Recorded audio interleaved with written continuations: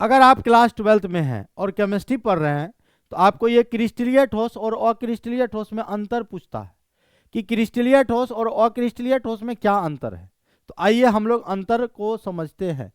क्रिस्टलीय ठोस को इंग्लिश में क्रिस्टलाइन सॉलिड कहते हैं, क्रिस्टलाइन सॉलिड, और अक्रिस्टलीय ठोस को नॉन क्रिस्टलाइन सॉलिड कहते हैं। तो याद रखना, crystalline solid, non crystalline solid. इसका दूसरा भी नाम है सर जी, हम दूसरा भी नाम लिखते हैं, इसका नाम रवादार ठोस भी है।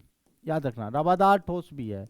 और इसका दूसरा नाम है बेरवादार ठोस, बेरवादार ठोस। तो देखो क्या होता है, मकई का खेती समझते हैं ना आप, मकई का खेती या गेहूं का खेती समझते हैं। तो मकई का खेती में क्या होता है, मकई का जब बीज लगाया जाता है तो एक निश्चित दूरी पर मकई के बीज को अगर हम अवयवी कण माने, मकई के बीज को अगर हम अवयवी कण माने तो उसका बीज को एकदम निश्चित दूरी पर सजाया जाता है, एकदम नियमित एवं क्रमबद्ध रूप से सजाया जाता है। जब मकई का पौधा छोटा छोटा होता है तो आप जाके वहां देखोगे ना तो लगेगा उसका जो अवयवी कण है नियमित एवं क्रमबद्ध रूप से सजा हुआ। तो याद रखिएगा, वैसा ठोस जिसका अवयवी कण नियमित एवं क्रमबद्ध रूप से सजे होते हैं उसी को बोलते हैं क्रिस्टलीय ठोस। और गेहूं में देखो कोई सजावट नहीं है, कोई अरेंजमेंट नहीं होता है, उसको हम लोग बोलेंगे अक्रिस्टलीय ठोस।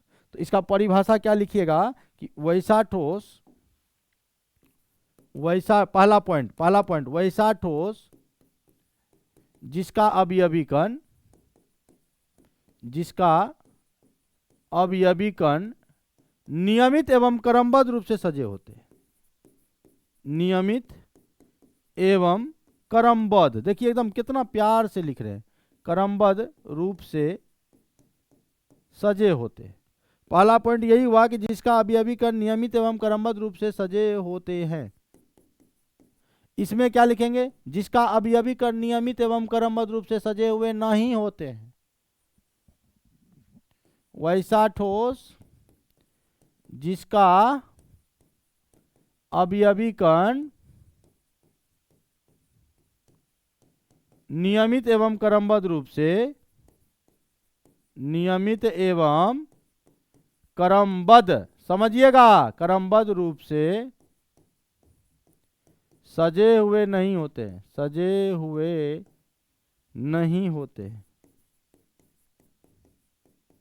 याद रखें, नियमित एवं क्रमबद्ध रूप से सजे हुए नहीं होते हैं, उसी को बोलते हैं अक्रिस्टलीय ठोस।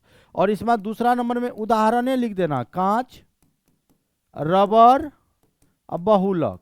कांच का कोनो प्रकार हो, रबर का कोनो प्रकार हो, बहुलक का कोनो प्रकार हो। कांच रहे हो, रबर हो, बहुलक हो, कैसा ठोस होगा, अक्रिस्टलीय ठोस होगा, बेरवादार ठोस होगा। इसको छोड़ के सर जी जो भी आपको मन में करे, जो दिल में आए, दिल में आए बेंजीन लिखो, लिख दो, दिल में आए जिंक लिखो, लिख दो, हीरा आए मन में लिख दो, ग्रेफाइट आए लिख दो, एकदम सिंपल सा ये एग्जाम्पल हो गया। और जानते हैं इसका जो है यह विषमदेशिक होता है, लिखेंगे यह विषमदेशिक, आगे बताऊंगा विषमदेशिक समदेशिक क्या होता है।